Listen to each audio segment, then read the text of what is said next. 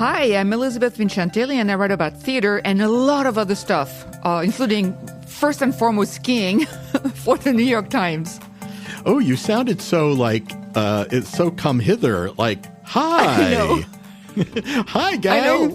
And I'm we're starting off teasingly, and we haven't even been drinking. Hi, I'm Peter Marks, theater critic for the Washington Post. You're listening to another episode of Marks and Vincentielli, the podcast for everyone who can't stop talking about theater, like us. I know the whole watching thing is a preview of our dreams of world domination when we'll have a show on Bravo, obviously, like the real what will be like the real house critics of New York City. Yeah, when we take this on the road. But wait, we just should say, Elizabeth, that we have not done an in-person podcast with the two of us in the same room since 2019, I think. 2019 was probably the last time we did it. Or 2020. And of course, we must have done it in 2020, like before. Early 2020, I guess. Yeah, we must have. I can't. Yeah. Oh, well, or did we? Because... Anyway, it's all, you know what? It feels like a million years ago. We should rename this podcast Jurassic Podcast. But Elizabeth and I, we have seen each other at the theater, obviously, as you all know, because if you've listened, you know that we went together. But when we talk, we're doing it Zoom style. Yes, it's so exciting. Like this technology thing means that I have to spend as little time as possible with you, so it's great. Okay, so we are in January, and what do people in theater, at least in New York, talk about in January is usually shows closing. It's kind of like what happens in January. Shows close. There was a little boom in sales for the holidays, and then the hard morning after is usually not great for a lot of shows. And so, of course, this is what happened this year, as always. And usually it's also shows that are closing prematurely. I mean, clearly the producers have higher ambitions for them, but, it's rough out there. It's very rough. Well, yeah, in a pre-pandemic time, it was the shows would schedule a closing in January way ahead of time. They would think way ahead that would be the natural, because January and February going into before Easter vacation is the graveyard for American theater, commercial theater. It just, everything sort of ticket sales come to they dry out. And this year, the difference, I think there is a different level of things closing prematurely. We can list some of them. Do you think it's been different?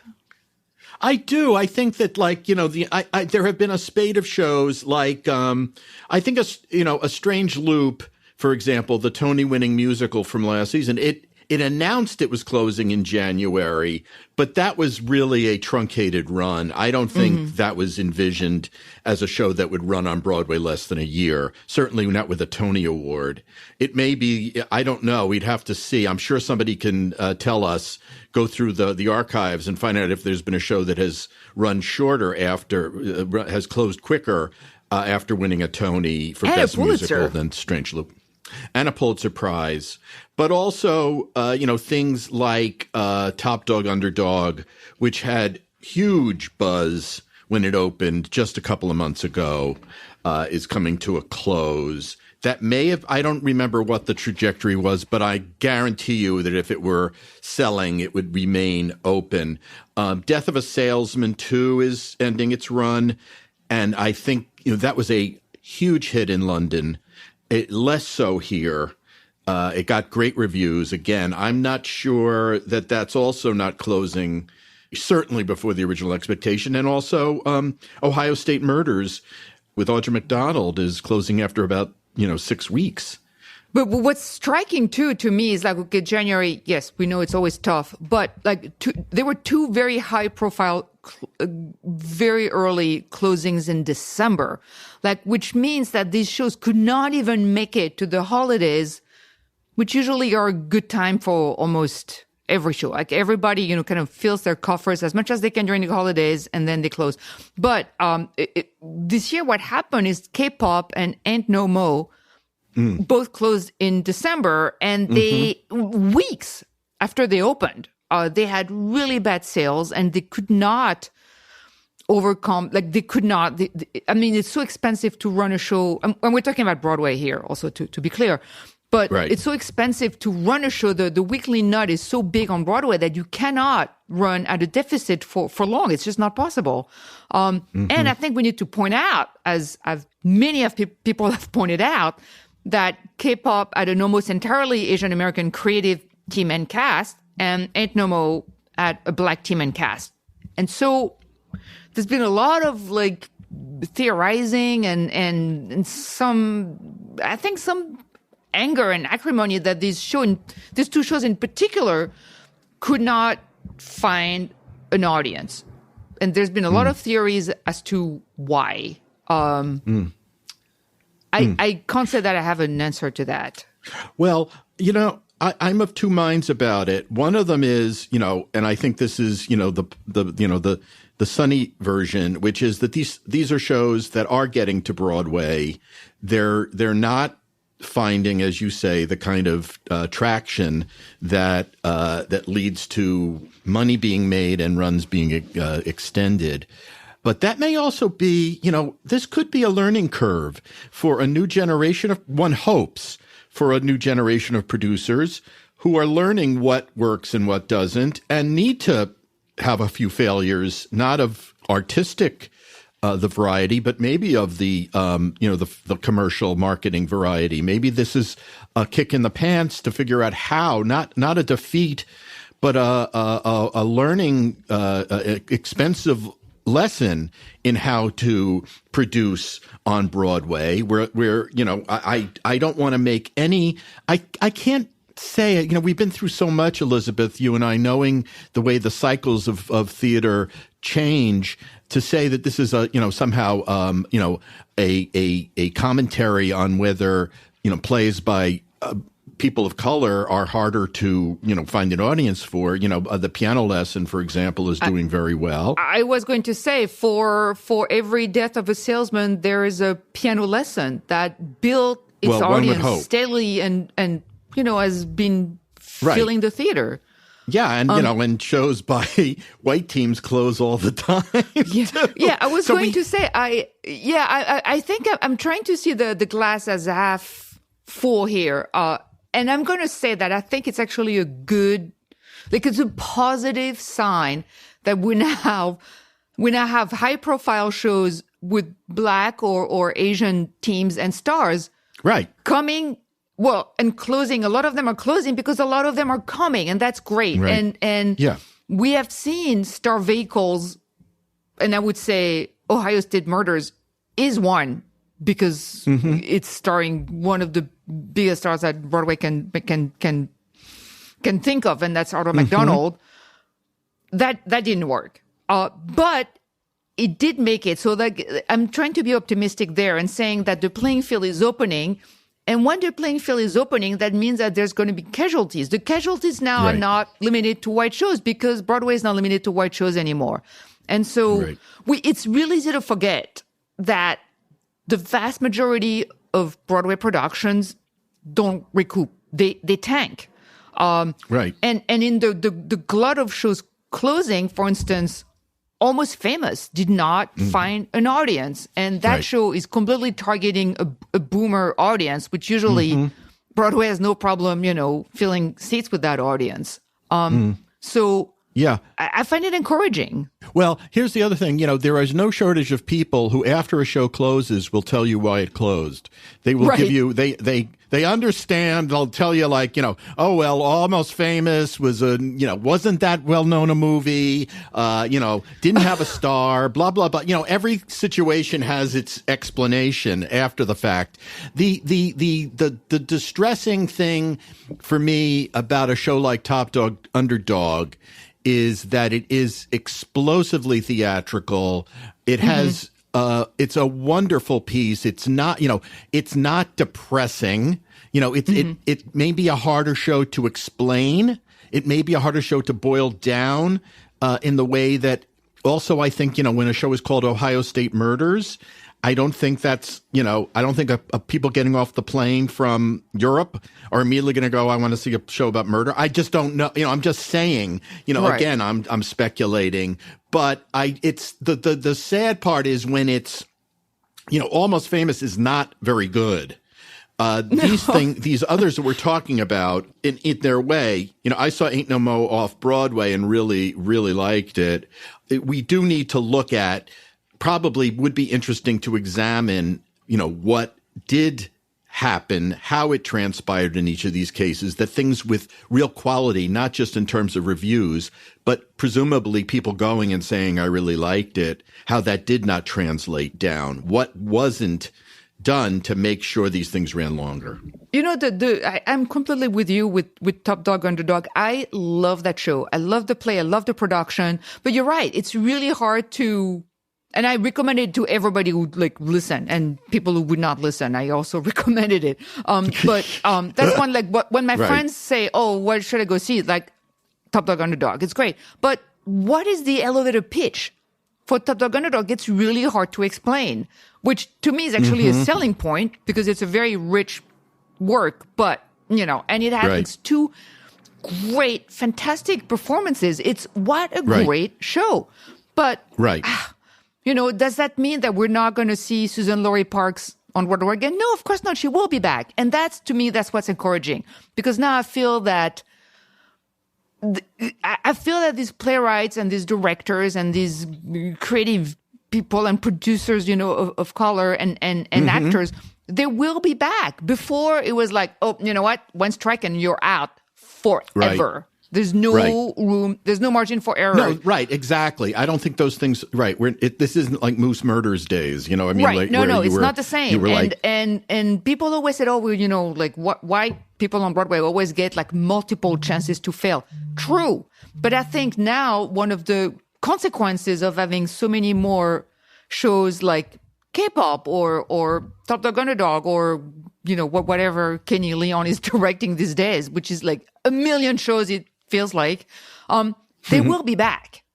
And that to me is very exciting. I don't think you like Chicken and Biscuits, but I actually really enjoyed Chicken and Biscuits, which was a very broad comedy, the likes of which we've seen plenty of on Broadway, except not really, because there was an African-American take on that.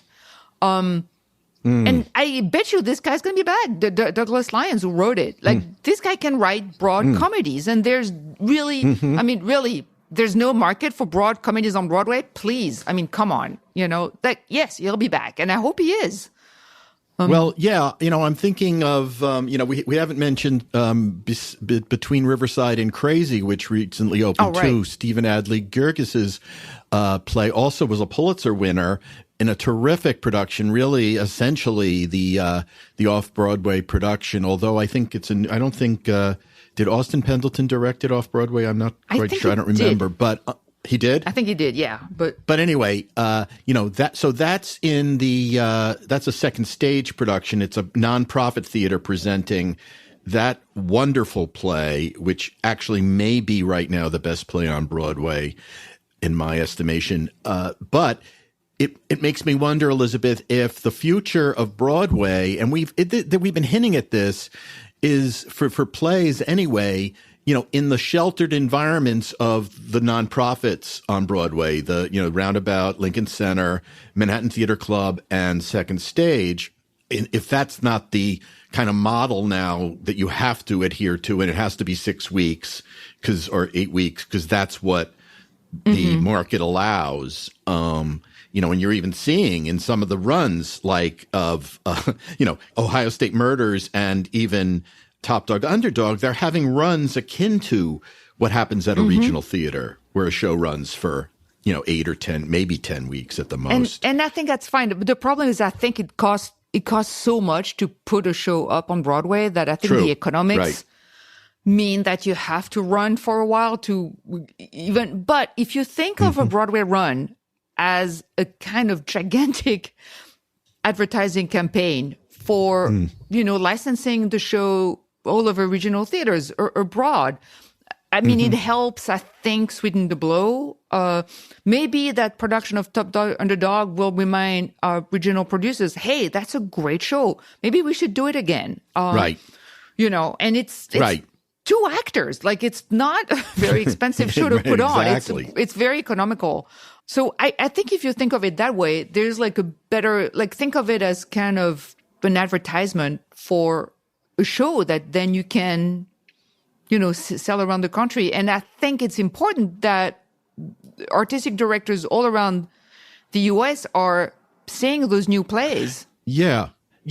I was talking to a producer, a very prominent producer recently. And, when I say that, the field is pretty limited. I mean, in terms of who are the experienced hands at this on Broadway.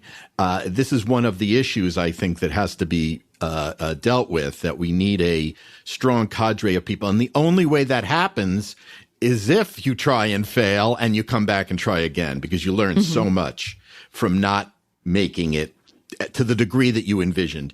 And he was saying that, actually the number of pieces that are making back their money, that are that sort of standard threshold that we think of as success on Broadway, which is breaking even, which is the strangest sort of benchmark of success I've ever heard. Hey, we didn't lose money, we didn't make it, but we went, we're even.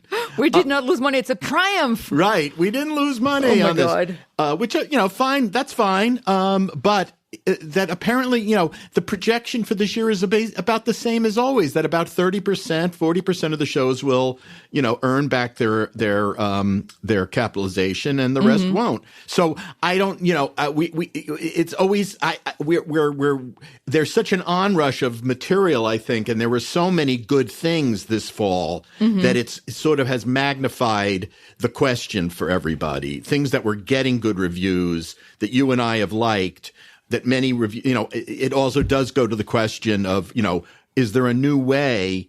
Do they have to find something other than quotes from reviews to market their shows? Right. Because reviews don't mean what they did 15 years ago or even 5 years ago. I mean, we're in the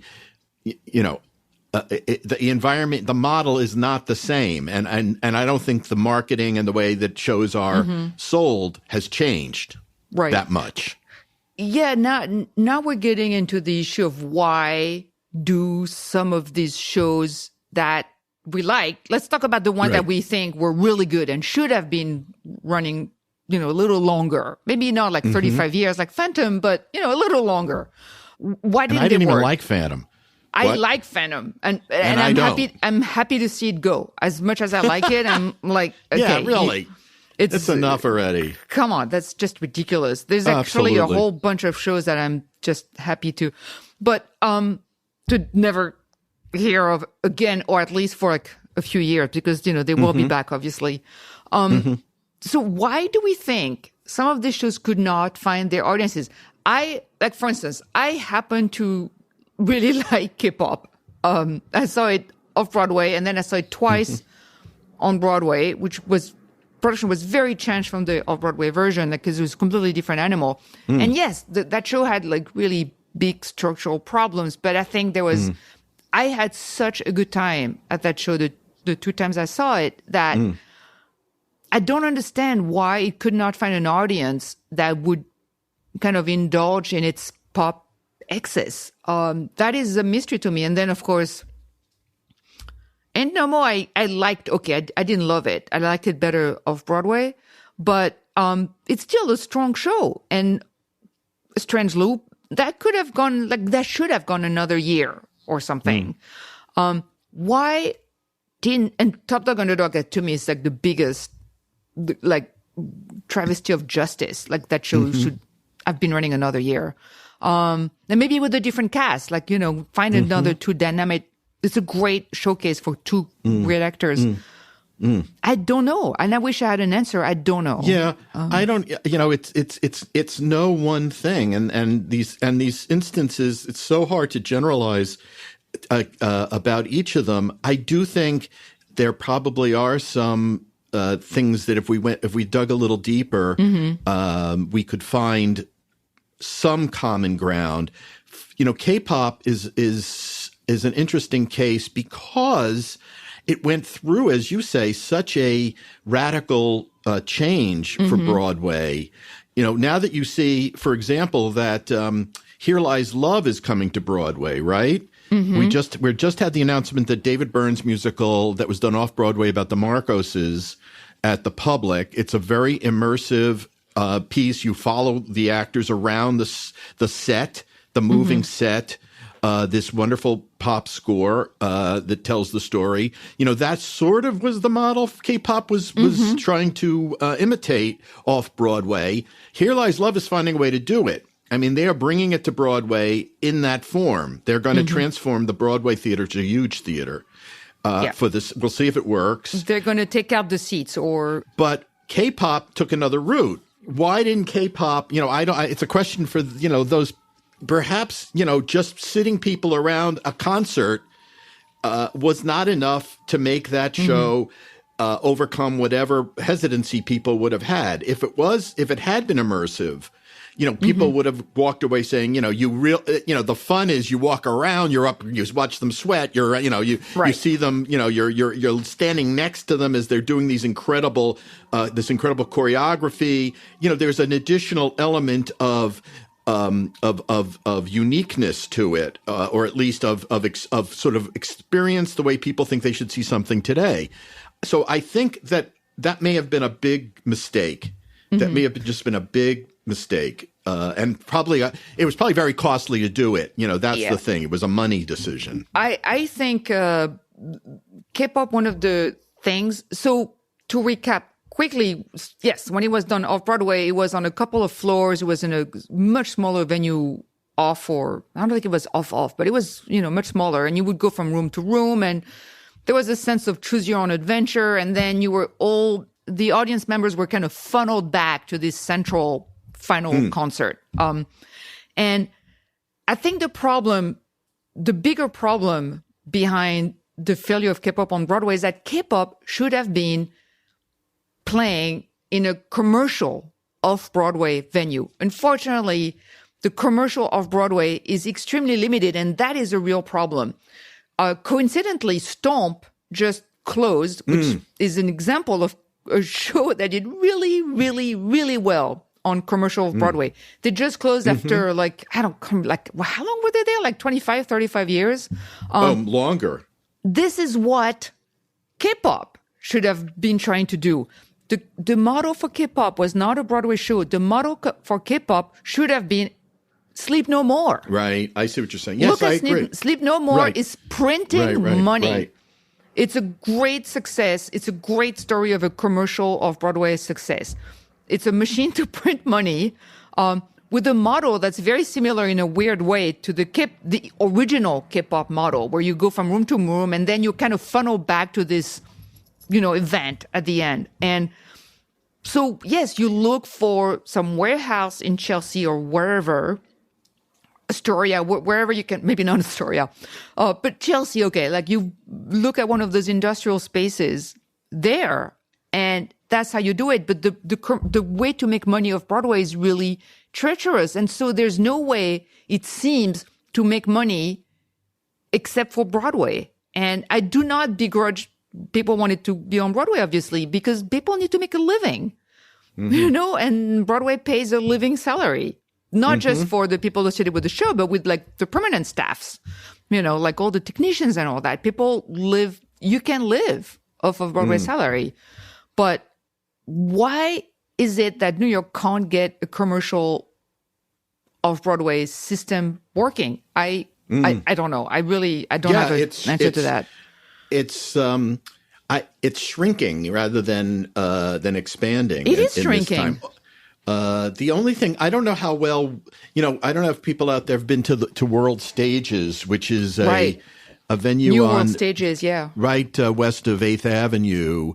New World Stages, they have this rotating number of shows that used to be on Broadway that sort of, I guess, retrofit to these off-Broadway stages. And Rock of Ages, Kinky Jersey Boots. Boys. Kinky Boots actually was not at New World Stages. Kinky Boots came back at the Little Schubert on 42nd Street, which is also sorry. Yeah, but you're right. Yeah. Jersey Boys, Avenue Q, the 39 Avenue Steps. Q, that's right. They've all moved to New York stages. Yeah. I don't know if that's be interesting maybe to have someone on from who produces there to sort of understand, that model. But you're right. There was a time when there were theaters, a whole series of them, the Promenade, the Orpheum, what was it? The Orpheum? Orpheum on 2nd Avenue. Yeah. I saw some great shows there, actually. Is that the one that was on 2nd Avenue? Anyway, I can't remember. Somebody's going to remember what it was. They produced one thing after another there. Even at the, I remember when the Lortel was much more of a commercial house. Yeah, it was really that is all that whole part of the business has really sort of disappeared. Yeah, it's really suffered. It was the producing. It was too costly. It was so costly to produce, and they just didn't have enough seats. They couldn't set, the limited number of seats off Broadway just made it impossible to make any money in those, because you needed to spend basically what you spent on Broadway. It wasn't that much cheaper. Yeah. But we haven't talked about, I don't know, it's the other perennial question, Elizabeth, that we never really we never really solve, which is just the question of how much it costs. I mean, the numbers remain pre-pandemic. I mean, there's no change. I don't think in terms, maybe somebody out there knows that there's more lotteries or something, or I don't know more, but I do know obviously that, you can still get cheap seats if you're a member of TDF or something. Almost everything is on their lists. But it remains so prohibitive, and no one really has come up with an idea of what to do about that. Well, I think I read that the average Broadway ticket price in December was around $110 dollars. So, like, average obviously can go much lower and much higher. Now, are you going to find a 110 orchestra seat for the Music Man? Which is closing, by the way. I was surprised by that because I thought they would try to find some big name to replace Hugh Jackman, but I guess it's too big of a risk. I don't know. And Josh Groban is doing another show. It would have been an obvious case, I think, because he's so that's an handsome. Interesting choice, yeah. It's so handsome that you just would sell him your daughter or your wife or your grandma. And, he's also. Yeah, and he's also kind of unassuming in a way. You could see him doing like a kind of, a shyer version of Harold Hill, a kind of like sneakier. You have to. I think they should have tried to reinvent that character in that show by making a choice that was less obvious than the usual choice of whoever's picked to pick Harold Hill. But anyway, so that ship has sailed. Yeah, well, it also feels a little like To Kill a Mockingbird, which was going great guns for, all of its time. And suddenly the plug was pulled and it didn't make that transition to the Belasco, which they had talked about. So it sort of disappeared felt like in the middle of the night, that show. And Music Man, as you say, this kind of money machine for a good part of is it a year? It must be a year or more. Right. Because he started, I think, in the fall. Didn't he start last fall in 2020? Yeah, because there were all these 2021 COVID delays and but you would think they would want, but it's like, nope, let's cut our losses here. We're not going to try to find someone who can be Hugh Jackman. We're out. It may also be there's nobody, look at what's coming in, Camelot. I don't know the star of Camelot. I mean, I know Philippa Sue, who's playing Guinevere, but I'm not.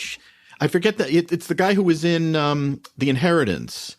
They're not going for a star. They're not even trying. I think in this case they're clearly hoping that the show is the star. But really, is Camelot a star show? Like what? Like maybe if you're like 85, which I mean, of course I'm nearing on it, but it's going to be an interesting one. Camelot with like a non-star. What? Yeah. Oh, I'm sure there's going to be a rush there. I think, on the other hand, that Groban and Annalee Ashford feel very it feels very it feels very like predictably, not predictable in terms of the choices, but that feels like a winner. It just feels like it. We'll see what happens. Certainly. I mean, commercially speaking, yeah. Yes. Yeah. I think one of the things you've mentioned in some of our conversations when we're off podcast was the issue with some of those shows closing is that they couldn't find a local audience. And one of the things we've been talking about is, do we think that Broadway has put all its chips, or actually more like 2/3 of its chips, onto audiences from out of town? And they have not, Broadway producers have not cultivated a local audience, which does need to be cultivated. And a lot of my friends here are like, they don't even consider Broadway. They think they when they go to the theater, they much prefer off-Broadway show. One, it's a little cheaper, but not necessarily that much. I like to point out, because some of our Broadway shows are pretty damn expensive. But for them, Broadway is, and I quote, like cheesy, or it's just passé, like it's just like not something they necessarily want to go to. And when they go, they are more drawn to plays. Like they went to see The Piano List. I have several friends who went to see The Piano List, and then Top Dog Underdog. But clearly, the Broadway audience, producers need more of those people, and they're local people. Right. So where are, and by local, I'm going to say tri-state area, people who are like a fairly easy commute in and out. Interestingly, the cool quotient is what you're talking about. Like, how do you make it something that people love to do and say they did it? It's like, and then everybody else is like, oh, it somehow enhances your rep to have gone. Obviously, somebody like having like Common in a show, I think that's certainly, and he's actually quite credible in Between Riverside and Crazy. So that seems like, that's one way to make it cooler. What I've heard is, number one, one of the problems that they're having is, is the lack, the office workers who used to come after work, the ones who are no longer coming to work. Don't care about, where they're going to go after work. They don't come into the city in the evening if they haven't been there all day. That's one problem. I got a letter from a woman in San Francisco, after I wrote about Ohio State Murders closing, and she said, they have not been back since COVID. She was an inveterate theater goer and was talking about how she had been talking to a lot of her friends who had also not gone back because of COVID.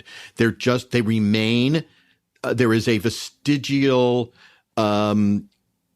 reluctance. It remains an obstacle, a psychological obstacle for a goodly portion of people. And those people have not come back. Interestingly, from what I was gathering from this producer I talked to, the metropolitan area audience is pretty stable, but it was a diminished to begin with. It's been slowly atrophying for years, that portion. So as you say, and the international audience has not come back for the most part yet. Yeah. So they've done okay with people coming from other parts of the country. That has been what has sustained, apparently, a lot of shows, a lot of the old long running shows. That audience has returned from across the country.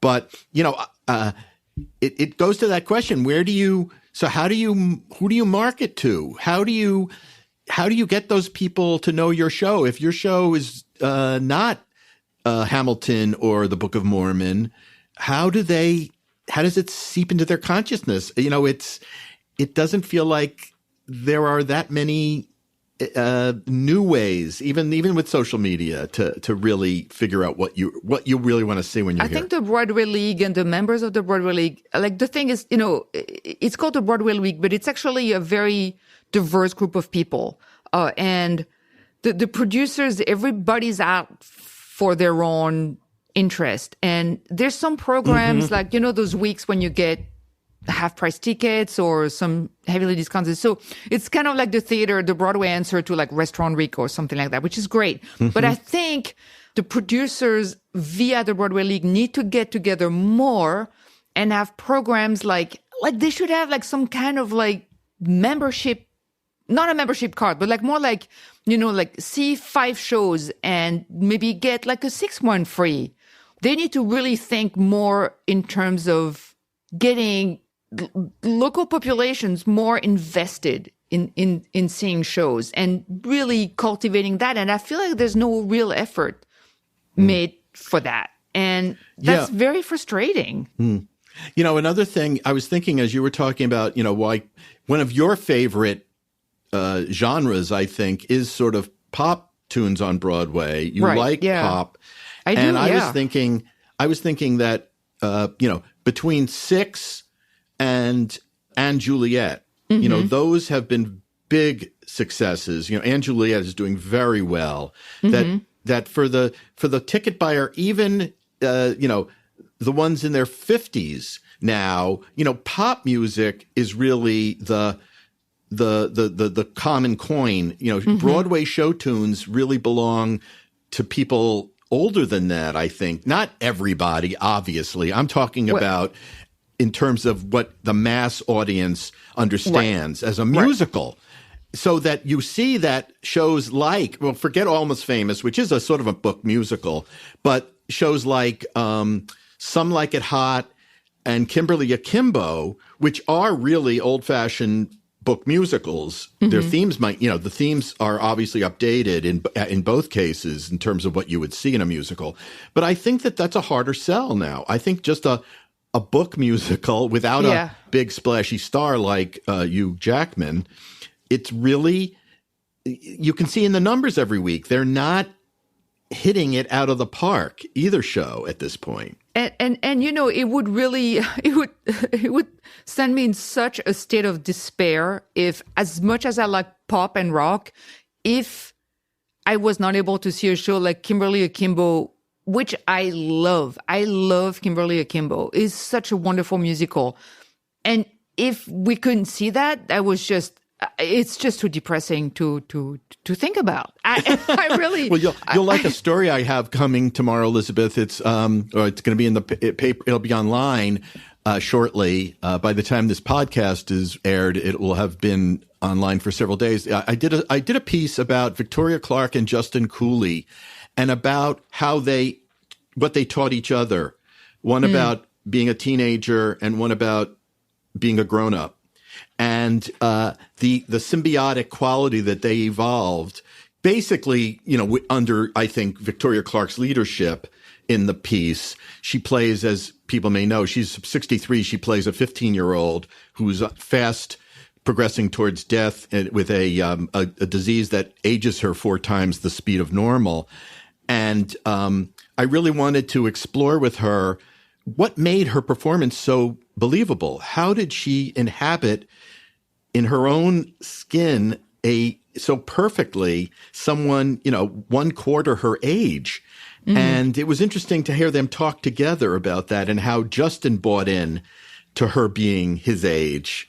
And as you say, that's the kind of texture in a musical that we both really love. We love that it gets in that deep. But I think that's a harder sell. And then, actually, this is a perfect segue to like our last segment, I guess. We wanted to talk about what we've seen recently that we liked and then what we're looking forward to. But I finally saw the revival of Merrily We Roll Along, which is pretty much textbook, old-fashioned musical, Sondheim from the 80s. So I saw it at New York Theater Workshop, and I went to a matinee, and the matinee was at 1 p.m. And so there was a cancellation line in front. And I was chatting with the people in the line who were all, I would say, between 16 and 24. And they had been there since 6 a.m. Wow. Some of them, the ones at the front, I'd been there since 6 a.m. and it was almost 1 p.m. when I talked to them. And then 2 of them ended up being seated right in front of me. And so I was eavesdropping, and they were talking about, this was actually the 3rd day they had waited like 6 or 7 hours. So they basically waited like 20 hours, something like that, to find, and they finally got in at that matinee. And so then their neighbors asked them why were they at that show. It was a couple of, and they were maybe like 22, 23. The boy said, "Oh, I'm here because of the cast." To recap, the cast is led by Daniel Radcliffe, Jonathan Groff, and Lindsay Mendez. So pretty, not too shabby. And so the boy said he was there for the cast, mostly the cast. And then he said, "Oh, and a bit Sondheim." And his girlfriend said, "Oh, for me, I'm all about Sondheim. I'm here for Sondheim." So you have these people, these kids who have been staying outside online since 6 a.m., like 3 days in a row, or whatever, whenever they show up for like an evening performance, to see a Sondheim show. I mean, no wonder this is going to, transfer to Broadway in a few months. There's huge demand for the show. I heard, by the way, that the entire run at New York Theater Workshop sold out in 8 minutes. 8 minutes. And it's not just Daniel Radcliffe. It's not just Daniel Radcliffe. It's Daniel Radcliffe, yes, but it's also Sondheim, who's like at a level of popularity that... Whoa. What? Yeah, but... it's a tiny theater. It's like 200 seats. Yes, yeah, of course. Of course. If you can't sell out New York Theater Workshop with a musical, that's true. Forget it. With Daniel Radcliffe, oh really? Yes. No, that's true. Secondly, I want everyone to savor one thing that came from Elizabeth's lips, and that was Sondheim. I don't know the way she said that. It's the new SpongeBob. Oh no, I won't. No, this is melodious. Sondheim. That was beautiful. Well, actually, in French, it would be no H at all. It would be Sondheim. Sondheim. That's gorgeous. Sondheim. Anyway, Sondheim. That's a little bit beyond beside the point. I do think, though, that I do think that the combination of Groff and Radcliffe, and to a lesser degree Mendez, but not insignificant, really. The combination is kind of irresistible to younger people, which is great. And I love the fact that these were kids who were, Sondheim lovers. But the other part of this is, what we have to really say in the few minutes we have is that all the objections to Merrily, including my own, which I have repeated in a couple of reviews over the years, were kind of whisked away by this production. What Maria Friedman did with it was remarkable in terms of, I think, developing the personalities of the three main characters and making us believe the story was the death of a friendship, more so than it was a commentary on show business and the bitter turns in careerist lives, What I don't get is that I've always been flabbergasted by people saying that Merrily We Roll Along was a cursed show with a terrible book. You always hear, it doesn't work. And I've always thought, what are they talking about? It perfectly works. It's just not been staged well, but like it will find someone. I feel the same way about Chess, by the way. But I could never figure. But I could never figure out like what the problem was. I was like, no, like this is actually a great book. And this production finally gets it. This production has solved the puzzle. This production got it. I had such a great time. Oh my God. I had a great time too. I still think the book is not. I don't think George Firth is a great writer of books. No, but it's not musicals. as bad as it's been made out to be. No, I agree, and I think that this company figured out the ways around some of the kind of cliched ironies of the time in which it was written. That felt, at the time, sort of like it was hip to be. To look down your nose at anything that made money, and this show certainly didn't. In fact, I had tickets to the original production, and it closed before I could use mine, and they never refunded my money. So I remember that. But also, the other thing I would say about it was that Hal Prince, from what I saw and read about it, and there's that great documentary about Merrily, the original production. So you all should see it if you get a chance. But Harold Prince perceived these characters as archetypes. They wore T-shirts with their sort of titles on them. It was they tried to make these characters every men and women, and they weren't. They were very particular, and I think that that's what this production has really, really captured, and why, you know, as you say, it really deserves to go to Broadway. I'm hoping that it will break the Merrily curse. Oh, I think it already has. I think it has broken the Merrily curse. It's just like I was in heaven. I really was. It was just one of those moments where everything was clicking. You know, the cast was entirely, I felt like everybody was like just really perfectly in sync. Like they all were getting it. It was a great moment. Okay, so now I'm gonna mention something that I'm looking forward to. There was an Encore's production of Jason Robert Brown's Parade not too long ago, like a few months ago, and I missed it. And I'm very happy to see that it's actually transferring. It's just been announced in February. And Ben Platt and Michaela Diamond is still going to be in it again. And I didn't see that show when it was on Broadway. And I'm very, very the reviews of the Encore's production have been pretty much like raves, like across the board. Did you see that Encore's revival? I didn't. I've been a real skeptic. I've been a Parade skeptic for years. Again, you know, I'm hoping this is going to prove to be the turnaround experience. Listen, I live in hope, because I am also not. You know, I can't say that I've really enjoyed Jason Roberts. It's a huge sweeping statement there, but I am not like a huge fan of his work. But you know, it's great to be proven wrong. For instance, I had never really responded to Ahrens and Flaherty's work, but I really, really enjoyed Of Men of No Importance in a recent revival. Yeah, I liked it too. So anything can happen, really. You have to go to everything with your mind open, and people that you are like, oh, I just don't like their work. No, actually, you can like their work if it clicks, if it's done well and sensibly. And what's hard is that there's so many things can go wrong. So many things can go wrong in a show that it's actually, I think it's a miracle that any of them get done and get done well. It's such a fine balance. So anyway, so what have you liked recently? Well, I think I'll end. I think we should end, Elizabeth, with what I'm looking forward to. I'll pick another musical revival. I'm looking very much forward to see what Josh Groban and Annalee Ashford do with Sweeney Todd on Broadway. It'll be the fourth time it's been on Broadway. There have been 3 revivals since the original production, and Tommy Kail is directing. It's a really interesting supporting cast.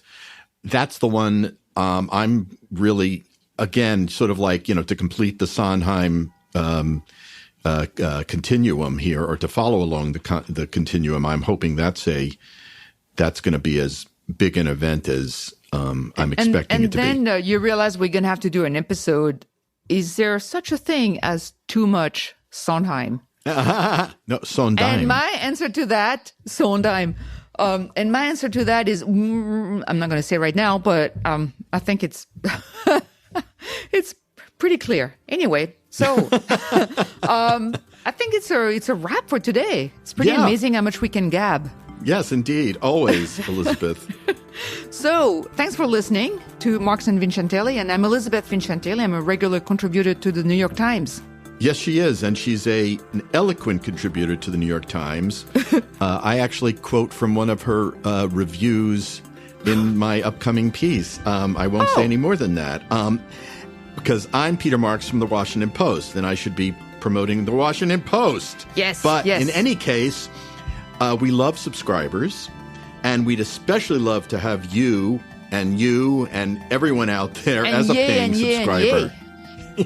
It'll keep us going here, doing this even longer. It'll keep us in coffee. Yes. If you are already subscribing, you certainly have our thanks. And if not, please press that little button on marksvincentelli.substack.com. Don't forget your credit card, like your zip code and all that, like, you know, because you need that for the credit card that you're going to enter to subscribe. So until next time, our next episode, we're going to catch up again with our very own Dr. Blythe Adamson, who's going to talk about what's going on with COVID. Tata for now, and we'll be with you again very soon.